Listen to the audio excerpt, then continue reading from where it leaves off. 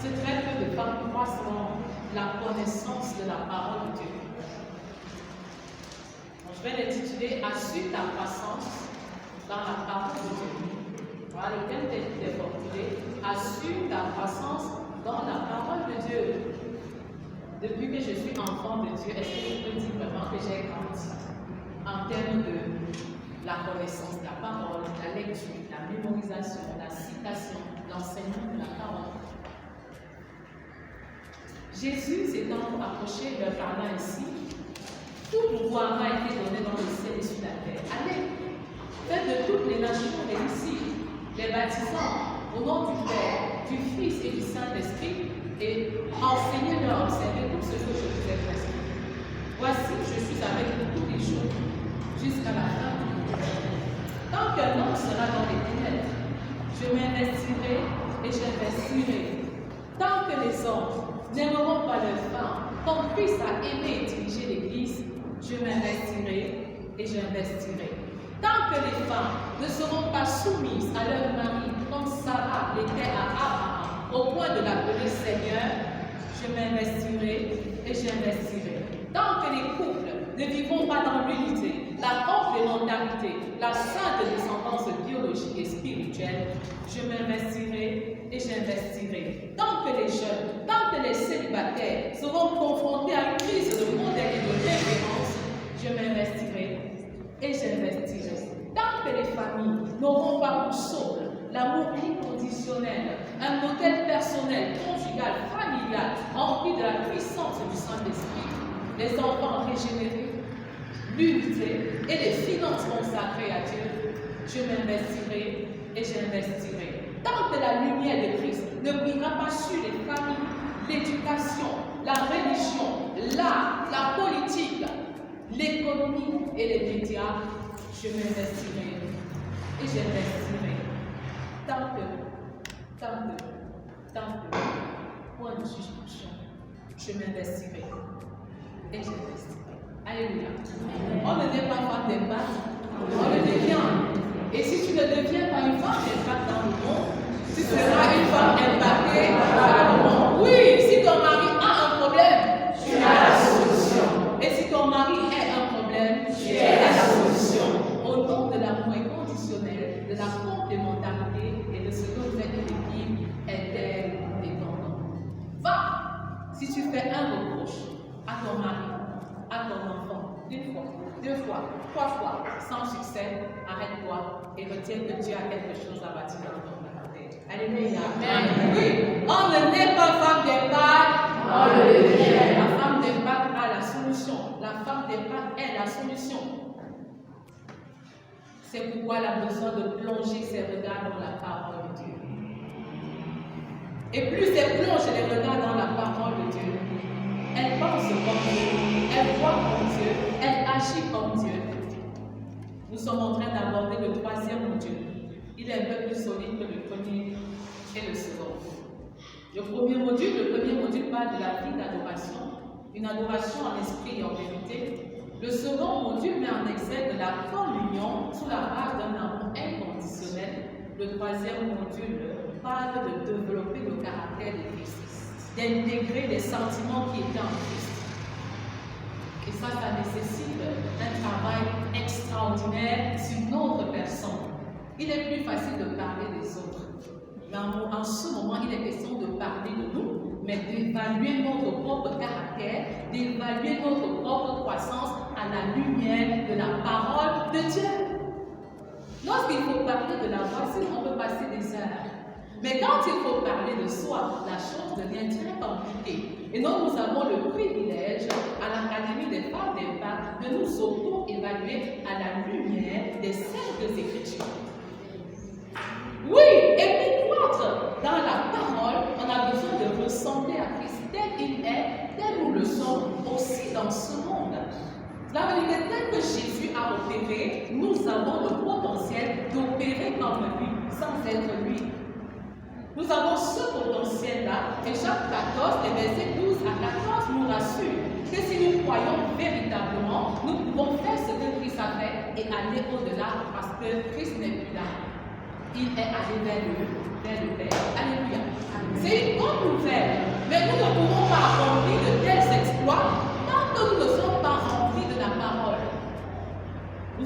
besoin de la plénitude de la parole. Parce que la parole de Dieu est une lampe à nos pieds. Elle est une lumière sur notre sentier. Elle est notre boussole. Sans la parole de Dieu, nous tombons et nous trébuchons. Et le psalmiste le dit, je t'instruirai, et Dieu le dit au psalmiste, je t'instruirai, je te montrerai la voie à suivre, je te conseillerai et j'aurai le regard sur toi. Mais ça, c'est pour ceux qui ont les regards plongés dans la parole et qui sont dans la dynamique de faire ce que le Seigneur leur demande. J'ai besoin de me remplir de la parole parce que la parole, c'est Dieu lui-même. Jean 1:1, au commencement était la parole était Dieu et la parole était avec Dieu. Et c'est par la parole que tout a existé, c'est parce que Dieu a dit que les choses ont vu le jour. Sans la parole, rien n'a pu exister. Et nous avons été engendrés, vous et moi, par la parole. C'est parce que Dieu a dit que vous et moi, nous existons. Mais parfois, qu'est-ce que tu fais de ta parole? Parfois, tu prononces des paroles à tort et à travers. Tu parles d'abord, tu réfléchis par la suite et tu es dans le regret. C'est dangereux. La parole de Dieu a créé l'univers. Qu'est-ce que ta parole a créé de bien? Pour toi-même, pour ton mari et pour tes enfants. Nous devons faire attention à ce qui sort de notre bouche parce que la bouche qui bénit ne devrait pas maudire au même moment, en même temps. Nous devons faire attention des paroles que nous déclarons concernant notre vie, concernant celle de nos conjoints, des membres de notre famille. Même s'ils sont mauvais, même s'ils sont désagréables, retenons que la vie et la mort sont au pouvoir de la langue. Et nous avons donc intérêt à nous remplir de la parole, parce que la bouche ne parle que de l'abondance du cœur. Vous ne pouvez pas croire, nous ne pouvons pas croire en tant que femmes, tant que nous ne nous sommes pas remplis de la parole. Et il y a lieu de se poser la question, comment faire alors pour me remplir de la parole en permanence, afin de croître dans la ressemblance à Christ, afin d'être comme Christ et faire comme Christ, afin d'être comme Christ et opérer comme Christ dans le surnaturel. Il y a des moments, quand vous êtes rempli de la parole, quand vous parlez à un enfant, ce n'est plus vous qui parlez. Cette voix qui résonne est la voix du Saint-Esprit au travers de vous. Alléluia. Et ça produit un résultat différent. Mais quand vous n'êtes pas rempli de la parole, ça veut dire que vous êtes rempli de vous-même. Et quand vous parlez à un enfant, vous parlez par votre propre chair. Et la conséquence, c'est que parfois c'est éduquesse, désobéissance sur désobéissance, rébellion sur rébellion. Pourquoi? Parce que ce que nous semons en ces enfants-là n'est pas agréable du tout. Et parce qu'on ne moissonne que ce que l'on a semé. Vous voyez un peu le résultat.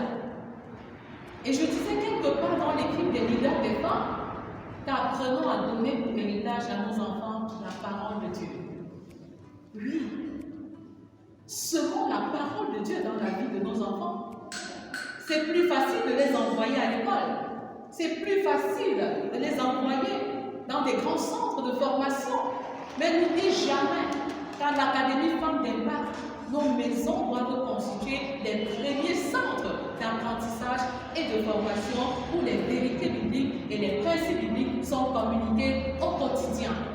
Mais comment est-ce que vous allez réussir un tel exploit quand vous n'êtes pas en connexion parfaite, en harmonie parfaite avec la parole de Dieu? Qui seul peut changer un enfant? Qui seul peut transformer un mari? Parce que la transformation d'un individu est l'œuvre exclusive du Saint-Esprit. D'où la nécessité d'être toujours dans la parole. D'où la nécessité de se remplir de la parole en permanence. Sans se lasser, sans se fatiguer. Comment me remplir de la parole?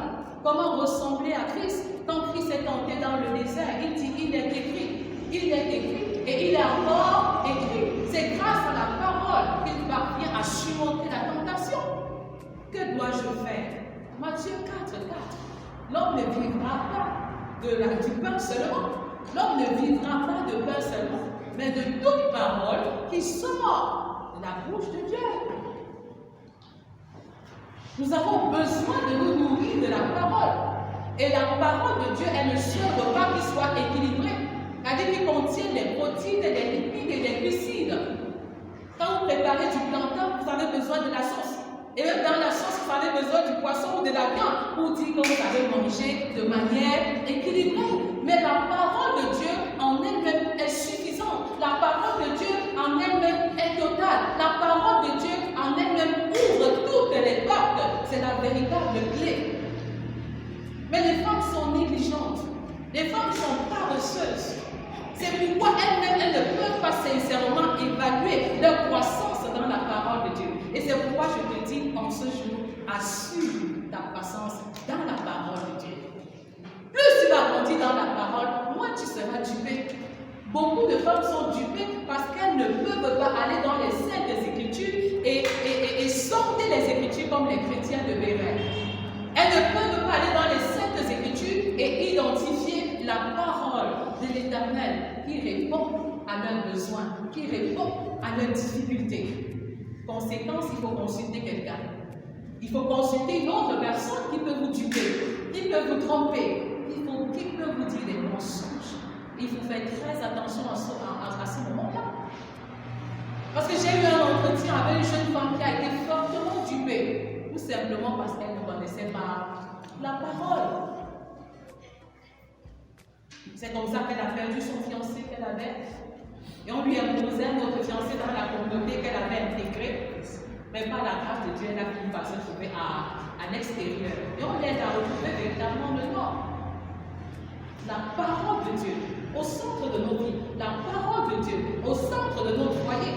La parole de Dieu au centre de l'éducation de nos enfants. Une femme qui est insoumise ne peut pas bénéficier des actes de la parole de Dieu. J'ai besoin de connaître la parole, mais surtout de la mettre en pratique. Et c'est ça qui fait mon bonheur.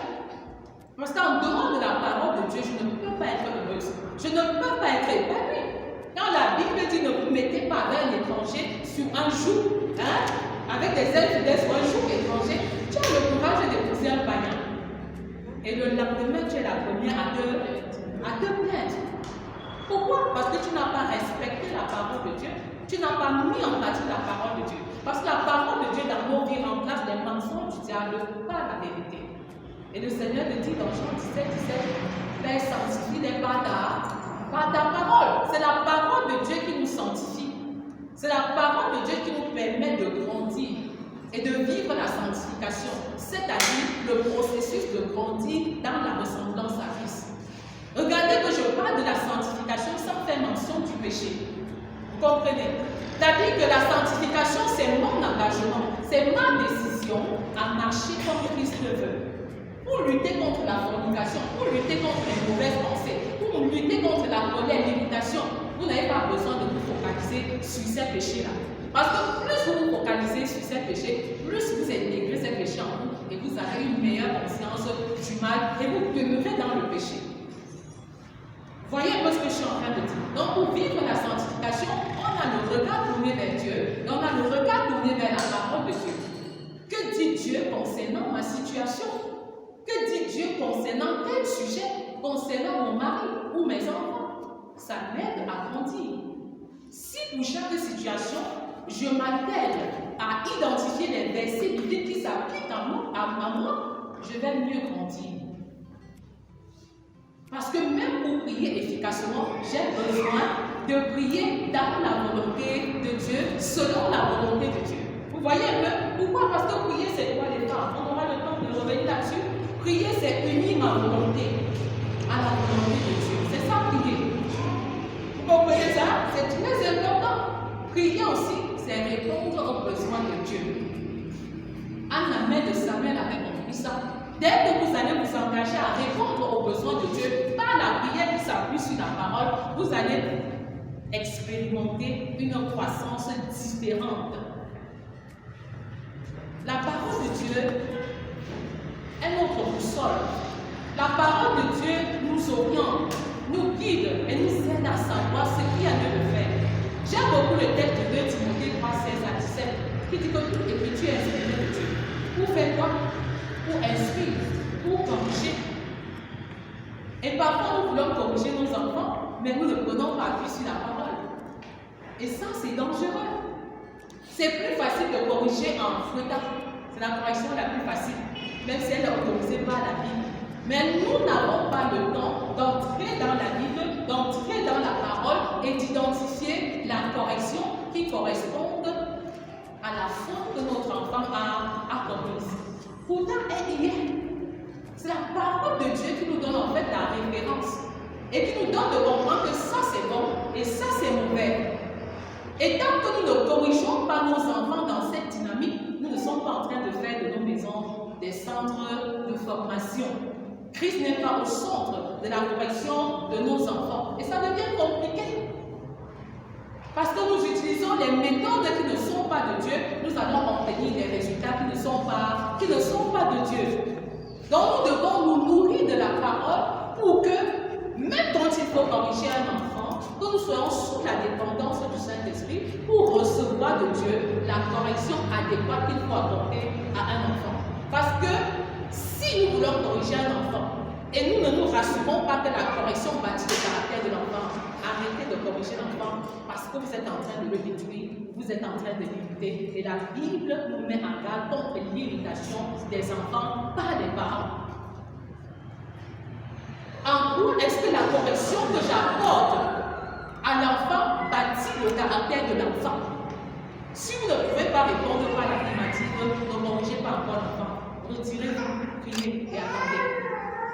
Deuxième élément, pendant que je suis en train de corriger l'enfant, qu'est-ce que le Seigneur est en train de m'enseigner et qu'est-ce qu'il est en train de bâtir dans mon propre caractère? Et c'est là où nous parlons de notre maison comme centre de formation à double sens. À double sens. Pendant que je travaille à corriger l'enfant et à bâtir son caractère, Dieu qui est le parent parfait est aussi en train de corriger mon caractère à travers ce que je fais à mon enfant. Alléluia. Dieu est le parent parfait. Et soyons toujours très conscients que pendant que nous corrigeons l'enfant, pendant que nous travaillons à bâtir le caractère de l'enfant, Dieu également veut améliorer notre caractère. Et tant que nous n'avons pas compris ça, il y a certains actes de désobéissance qui vont demeurer, de rébellion, qui vont demeurer dans la vie de nos enfants. Parce que ce n'est même pas seulement l'enfant que Dieu veut corriger, mais parfois c'est nous que Dieu veut corriger au travers de l'enfant. Alléluia. C'est pourquoi on va parfois appliquer les mêmes punitions, mais on n'aura pas le même résultat. Oui! Et un autre enfant, on va juste frotter 2 petits coups. Le lendemain, il a fait son travail. Un autre, il va dire à volonté. Tu finis par dire maman, pourquoi je et tu vas paraître comme ridicule. Tu vas paraître ridicule parce que ton fouet là n'atteint pas l'objectif escompté. Donc ce n'est que dans la dépendance au Saint-Esprit, en comptant sur la puissance de la parole de Dieu, que nous pouvons même corriger nos enfants efficacement selon Dieu. C'est un encouragement pour nous à nous nourrir de la parole. Parce que si vous n'êtes pas spirituellement nourris, vous serez malade. Vous allez perdre votre embonpoint spirituel parce que vous ne mangez pas bien. Et beaucoup de femmes mangent déséquilibré. Vous voyez, déséquilibré en ce sens qu'elles nourrissent plus leur corps que leur âme et leur esprit. Est-ce que vous comprenez ça? Si à 18 ans, maman n'a pas mangé, elle dit depuis le matin. Depuis le matin, je n'ai même pas mangé. Mais je n'ai pas beaucoup entendu des femmes se plaindre de ce que depuis le matin. Je n'ai même pas lu 5 chapitres de ma Bible. Depuis janvier, je n'ai pas mémorisé 5 versets bibliques de ma Bible. Est-ce que vous comprenez ça? Une véritable femme d'impact travaille à la parure intérieure et non pas la parure extérieure qui réside dans les cheveux tressés. Et la parole est une parure intérieure. Quand vous avez la maîtrise de la parole, vous faites même peur à l'ennemi. Vous n'êtes pas une proie facile entre les mains de l'ennemi quand vous maîtrisez la parole. C'est pourquoi je vais vous proposer 5 techniques. essentielles pour remplir notre esprit de la parole. 5 techniques essentielles qui sont importantes pour que nous puissions remplir notre esprit de la parole.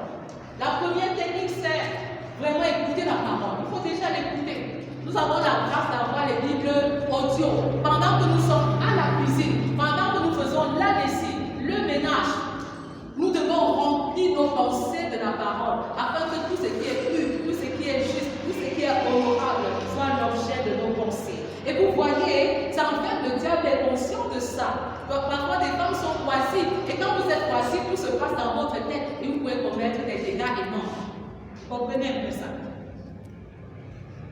Donc, nous devons faire attention à nos pensées et à comment nous nourrissons nos pensées par la parole. Parce que le diable nous tente dans notre pensée. Parce que votre pensée détermine votre destinée. Il y a un lien étroit entre ce que vous pensez et ce qui va se réaliser dans votre vie. Je démontre ça simplement à mes élèves et à mes jeunes. Je leur dis ceci, faites attention à vos pensées, parce que vos pensées influencent vos mots et vos paroles. Faites attention à vos paroles, parce que vos paroles influencent vos actions. Faites attention à vos actions, car vos actions influencent vos habitudes. Faites très attention à vos habitudes, parce que vos habitudes influencent votre caractère. Faites très attention à votre caractère, car votre caractère influence votre destinée. Mais tout est parti de la pensée. La pensée, la parole, les actions, les habitudes, le caractère et la destinée. La plus petite unité de combat, c'est dans la pensée. Et quand le diable remporte le combat dans la pensée, vous êtes vaincu. Et j'ai dit souvent à mes élèves, tout combat se gagne dans la pensée. Tu as ton bac d'abord dans ta pensée avant d'aller confiner, c'est là le jour des examens. Alléluia. Tu es même d'abord une femme d'impact dans ta pensée, dans ta façon de te voir, dans ta façon de concevoir la vie avant d'appliquer ça dans le vécu quotidien. Alléluia. C'est très important.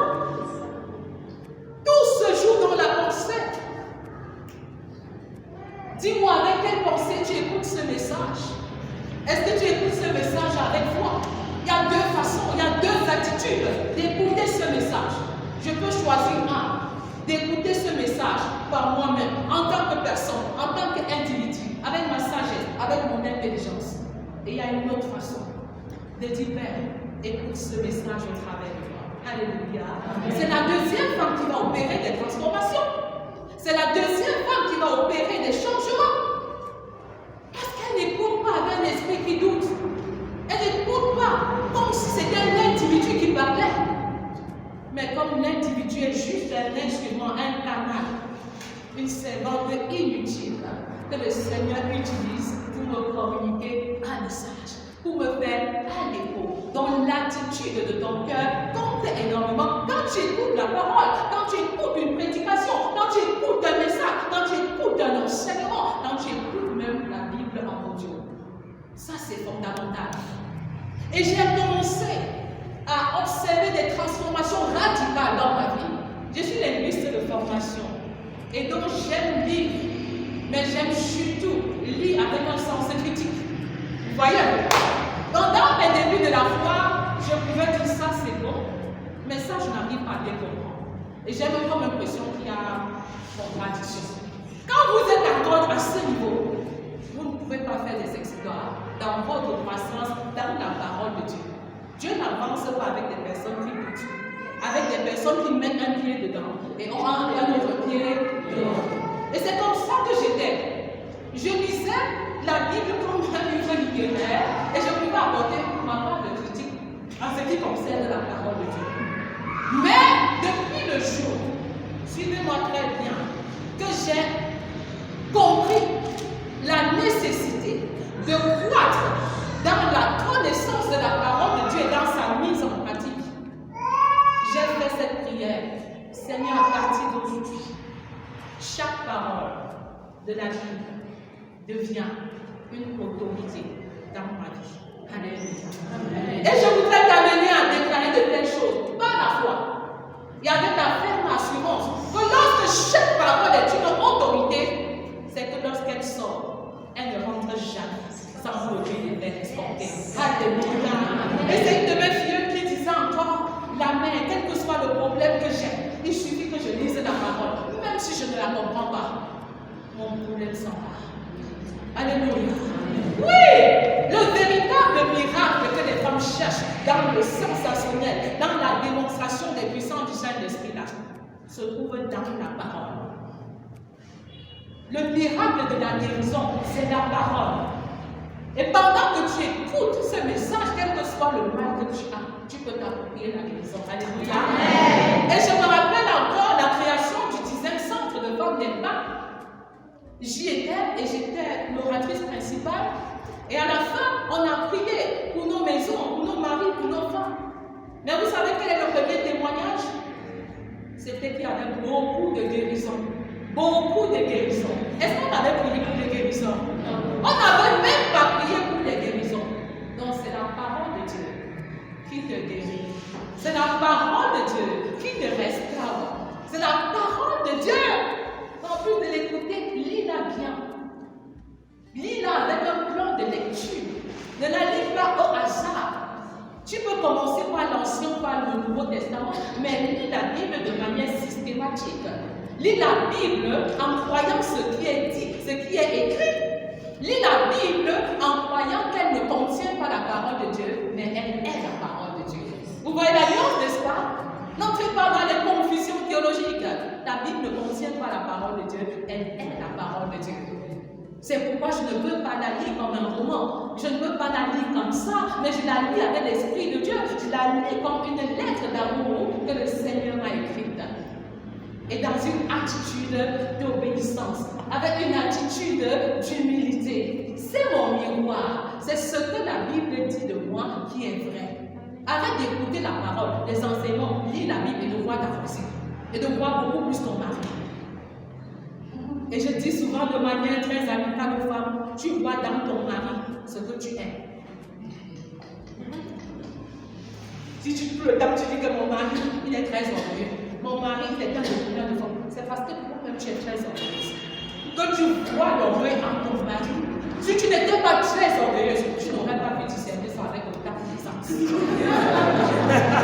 Au lieu d'accuser ton mari d'être orgueilleux, mets tes genoux au sol pour que les velléités d'orgueil qui sont en toi disparaissent. Et si toi tu es humble et qu'il est orgueilleux, vous pouvez marcher ensemble. Alléluia. Oui, parce que si lui il est le feu et tu es l'eau, il n'y aura jamais d'incendie à la maison. Vous voyez un peu? Et s'il est l'eau et toi tu es le feu, il n'y aura jamais d'inondation. Vous voyez un peu? Mais si vous êtes haut, inondation tous les jours, feu, ça va brûler. Donc lisons la parole pour que la parole nous transforme et qu'elle nous change. Et je me rappelle, je sais bien que les femmes aiment le sensationnel. Et puis c'est ces deux jeunes gens qui veulent se marier et juste 3 mois avant leur mariage, c'est la femme qui est docteur qui vient me voir. Le monsieur aussi était docteur. À la seule différence qu'elle était très brillante. Et le monsieur était très réservé. Elle me dit, j'ai quelques difficultés. En fait, quand on prie, je le vois toujours un peu dans la léthargie, dans la torpeur et tout et tout. Bon, elle parlait en langue. Elle avait d'autres dons spirituels. Mais son mari était plus profond. Est-ce que vous voyez un peu ça? Oui, mais les dons spirituels ne sont pas un signe de maturité. Le don, c'est le don. Et une fois que tu as le don, travaille maintenant à avoir la maturité par Galates 5, verset 22. Ça ne sert à rien de parler en langue, et tu ne peux pas être patient. Ça ne sert à rien de prophétiser. Ok? Alors que tu ne peux pas te soumettre à ton mari. Est-ce que vous voyez un peu les deux? Une femme d'un peuple doit pouvoir associer les deux. Non, laisse-le trop plein de sensationnel quand tu prophétises, même il y a trop. Mais je suis en train de te dire, arrête de diriger ta maison par les prophéties. Parce qu'on prophétise en partie. On prophétise même parfois ce que l'on ne comprend pas. Et même le prophète se trompe. Je n'ai rien contre le don de prophétie. Mais laissons nos maisons être dirigées par la Parce que c'est elle qui ne change jamais. Elle ne change jamais. Même quand tu reçois une prophétie, mais tu as besoin de l'examiner à la lumière des Saintes Écritures pour voir la véracité de la prophétie. Ne fais pas comme cette femme insensée qui a reçu une prophétie qui disait qu'elle devait divorcer. Et elle a divorcé avec joie. Jusqu'au moment où elle me rencontre et je lui dis qu'elle a commis la pire erreur de sa vie. Est-ce que vous comprenez ça? Je vous assure, femme d'Abraham, ne confondez pas vos convictions personnelles et les certitudes bibliques. Oui. Ne confondez jamais vos convictions personnelles et les certitudes bibliques. Ta conviction personnelle sur le remariage, ta conviction personnelle sur le divorce, ta conviction personnelle sur le célibat ne change en rien ce que Dieu a dit concernant ces choses. Vous comprenez? Nous sommes à une ère, j'ai besoin d'une Bible, nous sommes à une ère où les choses sont terribles, où les choses sont terribles, et je veux que les femmes ne soient plus dupées par quoi que ce soit ou par qui que ce soit. Nous sommes à une ère où au-dessus de la parole de Dieu se trouve l'homme de Dieu. Oui, nous sommes à une ère où au-dessus de la parole de Dieu se trouvent les enseignements des pères de l'Église. Nous sommes à une ère où au-dessus de la parole de Dieu se trouvent les textes, les statuts et les lois de l'Église. Ça doit changer. Alléluia. Ça doit changer. Les femmes croient plus aux serviteurs de Dieu qu'à Dieu lui-même et qu'à la parole elle-même. C'est une hérésie, c'est une folie. À partir de maintenant, commencez à sonder vous-même les Saintes Écritures. Tout ce que je vous dis là, sondez les Saintes Écritures pour voir leur véracité, leur authenticité avant de dormir. Alléluia. Et c'est comme ça que vous allez assurer votre croissance dans la parole. C'est la Bible qui a dit, ce n'est pas Naomi qui l'a dit.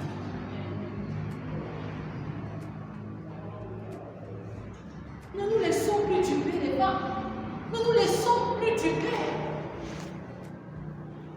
L'écoute de la parole, la lecture de la parole avec un plan stratégique. Vous voyez, à la maison, nous lisons la Bible 3 à 4 chapitres chaque soir. Nous sommes à la 5e lecture de la Genèse à l'Apocalypse. Nous ne maîtrisons pas grand-chose, mais nous avons simplement la ferme assurance que lorsque nous lisons, le Seigneur nous communique quelque chose. Même quand les enfants dorment, ils dorment dans la parole. Alléluia. On n'a pas souvent beaucoup de au cauchemar, il y a beaucoup de choses dans la nuit. Chacun a un sommeil doux et paisible parce qu'on croit que c'est Dieu qui est au contrôle. Lis avec un plan stratégique. Lis de manière à s'évaluer. Lis de manière à s'auto-évaluer. Mais ce qui m'a aussi beaucoup intéressé, c'est que on a 2 vagues d'enfants à la maison. Il y a les petits et aussi les très grands. Mais les grands aussi ont compris la nécessité d'avoir une lecture personnelle en plus de la lecture collective. Et il y en a qui ont relevé le défi de lire leur livre d'enfant. Personnellement, pendant que nous lisions la Bible en tant que famille en même temps. Alléluia. C'est pas compliqué, c'est juste 15 chapitres par jour. Se remplit de la parole. Se remplit de la parole. Lis avec un plan. Et cet enfant m'a marqué avec son plan. Au début, son plan c'était vraiment lire en 3 mois. Mais la lecture était tellement succulente qu'elle a pu lire en 2 mois. Alléluia. Ah oui, c'est très intéressant. Je me rappelle qu'à ma dernière maternité, quand j'avais 3 mois, quand l'enfant avait 3 mois, j'ai lu sa Bible dans 3 mois. Oh, c'est trop intéressant. Parce que lorsque vous laissez trop d'espace, vous voyez, c'est trop de choses que l'on fait. Vous comprenez? Mais quand vous concentrez la lecture sur un temps relativement court, vous êtes comme une bombe qui va exploser seulement de la parole. On vous touche ici la parole, on touche la parole. Donc, c'est ça, ça a un effet différent. Ça a un effet différent. Et c'est pourquoi je vous exhorte vivement à lire la parole, à écouter la parole avec une bonne attitude de cœur, comme cette semence qui tombe dans la bonne terre avec Matthieu 13, 33 et qui produit une graine puissante une graine 60 et une graine 30. Alléluia. Amen. Mais oui, ce n'est que lorsqu'on est rempli de la parole qu'on peut être en train de souffrir et dire, Père, pardonne-le, car ils ne savent pas ce qu'ils font. Oui, même si mon mari me tape, Père, pardonne-le, car il ne sait pas ce qu'il fait.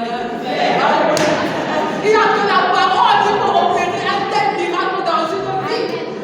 Alléluia. Mais ce n'est que la parole qui me permet que je surmonte toujours le mal par le bien. Romains 12, 21, il n'y a que cette parole. Et tu le fais avec joie. Tu le fais avec joie. Et le Seigneur te soutient parce que tu es dans sa volonté. Il te tient jusqu'au bout. Alléluia. Ça, c'est possible. Ce n'est que dans la parole qu'on peut aimer de manière inconditionnelle, qu'on peut pardonner de manière inconditionnelle. Quel que soit ce que ton mari a fait, ce que tes enfants ont fait, la parole de Dieu te donne la force. La parole de Dieu te donne l'énergie, te donne aussi les exemples et les illustrations pour pardonner et oublier le passé. Alléluia. Amen. Ah ben oui, c'est ça. Se remplir de la parole, il faut méditer. Se concentrer sur un morceau de la parole, mais surtout dans l'optique de la mettre en pratique. Beaucoup de femmes méditent, mais pas de transformation, parce que vous ne mettez pas la parole en pratique. Oh non, nous sommes dans une génération où on est fatigué des discours. Des discours creux, des théories. On a besoin des démonstrations. Que me voici. Ce que vous n'arrivez pas à faire là, je le fais en douceur. Alléluia. Amen. Oui, je le fais en douceur parce que j'obéis à la parole. Il me distingue parce que j'obéis à la parole. Je suis une femme différente et je suis en train de semer quelque chose d'extraordinaire dans la vie de chacun de mes enfants. Notre prochain manuel de travail sera intitulé « Quel est l'héritage spirituel pour mes enfants ?» Comment je peux semer la parole dans la vie de mes enfants? Comment je peux semer? J'essaie de tout n'est pas de méditer, de lire la parole. Vous voyez un peu? Mais il faut pouvoir transmettre ça comme un legs, comme un don. Alléluia. Oui. Et la grâce que nous avons, c'est qu'on a la possibilité de voir comment l'enfant utilise cet héritage pendant qu'on est encore vivant. Pendant qu'on est encore vivant. Waouh! La parole de Dieu. Lire. Écoutez. Méditer. Mais aussi étudier. C'est bien d'étudier la parole de Dieu seul. Les femmes étudient la parole toujours ensemble. Et elles développent la foi collective. Si ce n'est pas une étude biblique ensemble avec les autres, tu ne peux pas. Il y a des choses que Dieu va te confier simplement quand tu es seul. Il a fallu que Abraham se sépare de l'autre pour que Dieu lui dise de viens et vois. Ah, et lui confie et lui donne un certain nombre de choses. Donc tu as besoin d'une intimité avec Dieu dans la parole. Ce que Dieu m'a dit, ce que Dieu m'a révélé, ne sois plus frustré. Il y en a qui ont des révélations seulement dans les rêves, dans les songes, dans les visions. Mais la meilleure des révélations, c'est la parole de Dieu. Alléluia. Et c'est elle qui ne change pas. D'où la nécessité pour nous d'avoir toujours les regards plongés dans la parole. Étudie la parole, femme. Étudie la parole. Il y a des méthodes d'étude. Il y a des méthodes de mémorisation orientées. Il y a des méthodes où on choisit un thème dans l'Ancien Testament, dans le Nouveau Testament. Bats-toi avoir une Bible d'étude, c'est important. Un commentaire. Mais avant d'entrer dans le commentaire, assure-toi que tu as déjà compris quelque chose. C'est pour ne pas dépendre du commentaire de quelqu'un d'autre. Assure-toi que Dieu t'a dit quelque chose concernant la parole. Tu peux choisir d'étudier les personnages de la Bible. Tu peux choisir une femme qui t'a marqué. Pendant des mois, tu prends le temps avec les orientations dans la Bible d'études. Tu auras des entrées et tu peux méditer vraiment sur les éléments saillants de cette personne. Pourquoi vous ne voulez pas étudier la vie de Sarah? Elle n'est pas obsolète, Sarah. Vous voyez un peu, les femmes attendent toujours le 8 mars. Et le 8 mars ne sauve pas la condition, ne change pas la condition des femmes. C'est Jésus qui change les conditions. Donc retournons encore dans la Bible chercher nos modèles. Retournons dans la Bible chercher des femmes de référence. Étudions ce qui a été leur force. Faisons attention à leur faiblesse parce que la vie est courte pour que nous fassions les mêmes erreurs qu'elles. Alléluia. C'est très important. Mais mémorisons aussi la parole. Mémorisons la parole. À notre nouvelle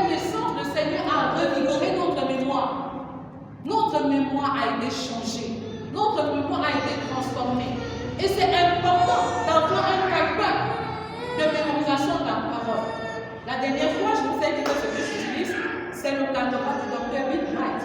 Et si peut-être à Dieu, je vais encore faire une petite récitation des mémorisations tout à l'heure. Je vais me limiter, peut-être le mois prochain, je reviendrai là-dessus parce que c'est une continuité. On doit toujours s'améliorer, on ne s'arrête pas. Est-ce qu'on comprend un peu? Et le secret de la mémorisation, c'est la révision. Pour bien mémoriser, il faut toujours réviser. Et il faut toujours mettre par écrit ce qu'on est en train de mémoriser. Moi, j'ai mon calepin de mémorisation. Et toute femme de bas devra avoir un calepin. Et je crois que maman Angèle va mettre cela dans le groupe WhatsApp. Pour que les femmes aient une idée de comment est-ce qu'elles peuvent mémoriser et ce sur quoi elles peuvent s'appuyer pour mémoriser efficacement. Nous avons dit que tout part de la pensée. Quand on mémorise, la pensée est nourrie. Et on n'aura plus de mauvais projets qui émanent de nos pensées, n'est-ce pas? Parce que nos pensées sont effectivement remplies de la parole de Dieu. Dans la parole de Dieu accomplit plus qu'on ne peut imaginer. La parole de Dieu transforme. La parole de Dieu guérit. La parole de Dieu nous sanctifie. La parole de Dieu nous garde dans la volonté parfaite de Dieu. Nous permet de demeurer dans la boussole. C'est pourquoi je t'encourage à demeurer dans la parole, à grandir dans la parole. Alléluia. Je vais mémoriser, je vais réciter quelques versets que j'ai mémorisés pour joindre l'utile à l'agréable. On a dit qu'il fallait se remplir de la parole. Je vais m'arrêter à abuser du temps quand il faudrait s'arrêter. Et je m'appuie sur la mémorisation, sur le canevas, le système de mémorisation auquel du docteur Bill. Vivre la vie nouvelle, le Christ au centre. Si quelqu'un a un Christ, il est une nouvelle créature. Les choses anciennes sont passées, voici toutes choses sont devenues. 2 Corinthiens 5. Vivre la vie nouvelle, Christ au centre. J'ai été crucifié avec Christ, et si je vis, ce n'est plus moi qui vis, c'est Christ qui vit en moi. Si je vis maintenant dans la chair, je vis dans la foi au Christ de Dieu, qui m'a aimé et qui s'est livré lui-même pour moi. Vivre la vie nouvelle d'obéissance. Je vous exhorte, mon frère, par les compassions de Dieu, à offrir vos corps comme un sacrifice vivant, saint, agréable à Dieu, ce qui sera de votre part un culte raisonnable. Romains 12, verset 1. Vivre la vie nouvelle d'obéissance à Christ. Celui qui a mes commandements et qui les garde, c'est celui qui m'aime. Et celui qui m'aime sera aimé de mon Père. Je l'aimerai et je me ferai connaître à lui. Jean 14, verset 21. Vivre la vie nouvelle, la parole. Toute écriture est inspirée de Dieu et utile pour enseigner, pour convaincre, pour corriger, pour instruire, afin que l'homme de Dieu soit accompli et corps à tout point de Timothée 3, verset 10. La parole, vivre la vie d'amour, vivre la vie nouvelle, la parole. Que ce livre de la gloire de témoignement de ta bouche, médite le jour et nuit pour agir fidèlement, non trop ce qui est écrit, car c'est alors que tu auras du succès dans tes entreprises, c'est alors que tu réussiras.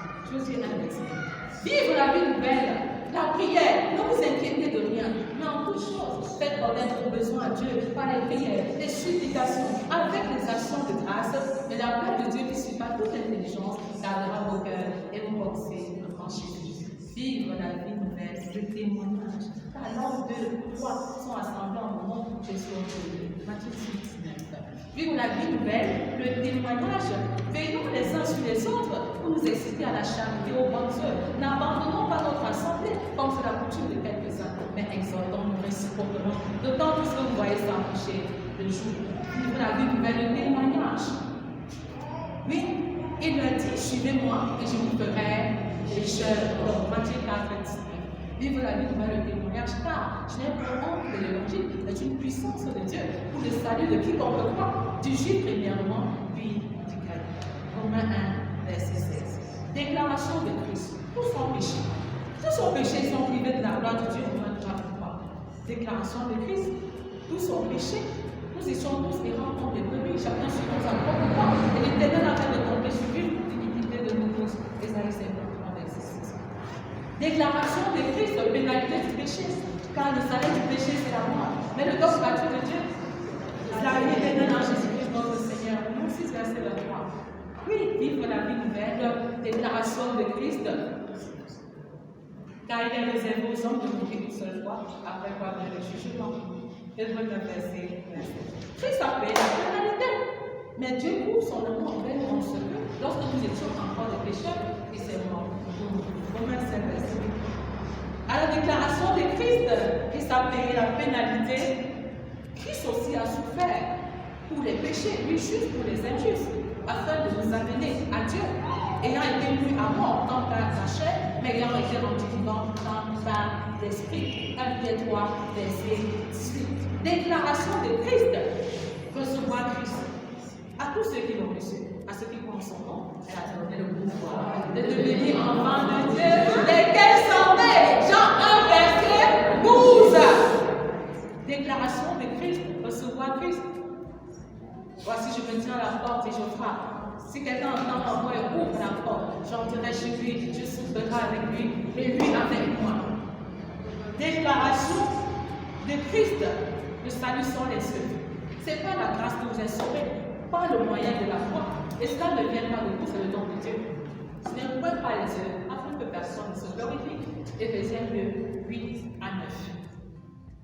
Déclaration de Christ, le salut sans les œuvres. Il nous a sauvés, non à cause des œuvres de justice que nous aurions faites, mais selon sa miséricorde, par le baptême du Saint-Esprit et le renouvellement de l'intelligence. Tite 3, verset 7. Déclaration de Christ, le salut sans les œuvres. Déjà, déclaration de Christ, la vie éternelle. 1 Jean 5, verset 13. Je vous écris ces choses, afin que vous sachiez que vous avez la vie éternelle, vous qui croyez au nom du Fils de Dieu. Vous avez la vie éternelle, assurance du salut.